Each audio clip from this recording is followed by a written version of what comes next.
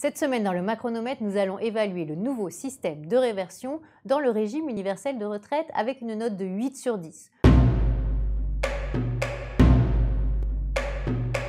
Aujourd'hui, la réversion, c'est 30 milliards d'euros, 10% de l'ensemble des dépenses de pension.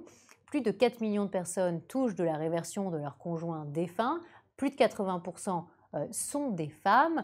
Et aujourd'hui, le système est totalement inéquitable parce qu'on a des âges auxquels on peut toucher la réversion qui diffèrent totalement entre public, privé, indépendant, agriculteur. Les niveaux de ressources aussi sont pris en compte pour certains. Par exemple, vous travaillez dans le secteur privé, eh bien, vous avez pour la retraite de base un droit à la réversion, mais si jamais vous gagnez déjà plus de 20 000 euros par ailleurs, eh bien, vous n'aurez pas la réversion de votre conjoint défunt, alors qu'il n'y a pas de condition de ressources pour les agents du public. Donc là, on voit bien qu'il fallait remettre un peu tout ça d'équerre, que c'était totalement illisible.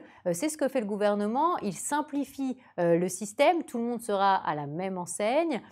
On sera sur un droit à la réversion à partir de 55 ans, à partir évidemment d'une durée de mariage d'à peu près 2 ans. On sera aussi sur une idée de garantir à 70% le niveau de vie antérieur du couple, ce qui est une bonne chose parce qu'aujourd'hui on peut se retrouver avec des situations où la personne qui subsiste finalement reste avec un niveau de revenu très très faible.